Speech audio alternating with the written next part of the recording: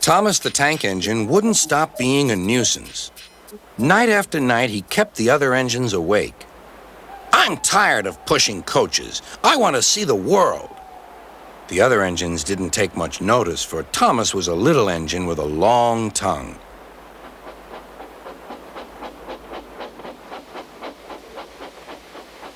But one night, Edward came to the shed.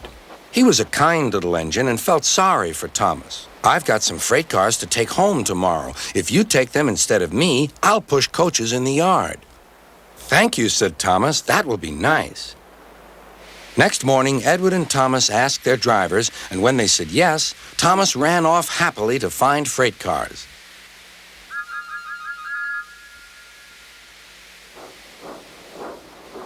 Now, the freight cars are silly and noisy. They talk a lot and don't attend to what they are doing.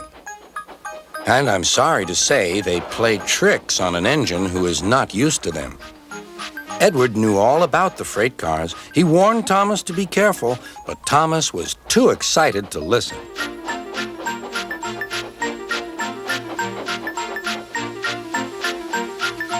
The shunter fastened the coupling, and when the signal dropped, Thomas was ready. The conductor blew his whistle. "Beep, beep," answered Thomas and started off. But the freight cars weren't ready. "Oh, oh," they screamed. "Wait, Thomas, wait!" But Thomas wouldn't wait. Come on, he puffed. "All right, don't fuss. All right, don't fuss," grumbled the cars.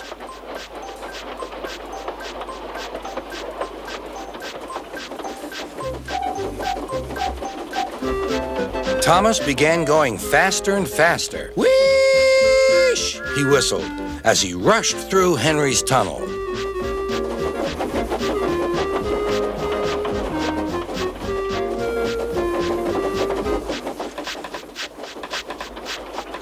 "Hurry, hurry," called Thomas. He was feeling very proud of himself. But the cars grew crosser and crosser. At last, Thomas slowed down as he came to Gordon's Hill.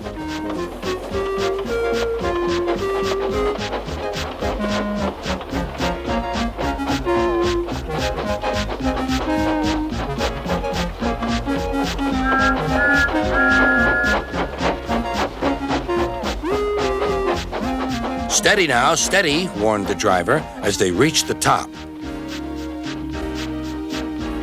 He began to put on the brakes. We're stopping," called Thomas. "No, no, no," answered the cars, bumping into each other. Go on." Before the driver could stop them, they had pushed Thomas down the hill and were rattling and laughing behind him. Poor Thomas tried hard to stop them from making him go too fast. Stop pushing, he hissed. But the cars took no notice. Go on, they giggled in their silly way.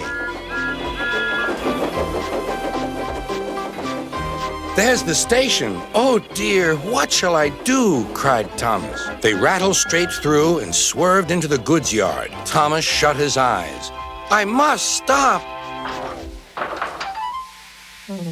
When he opened his eyes, he saw he had stopped just in front of the buffers. There, watching him, was Sir Topham Hatt. "What are you doing here, Thomas?" he asked.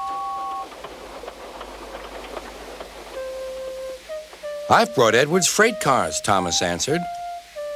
"Why did you come so fast?" "I didn't mean to. I was pushed," said Thomas. "You've got a lot to learn about freight cars, Thomas. After pushing them about here for a few weeks, you'll know almost as much about them as Edward. Then you'll be a really useful engine."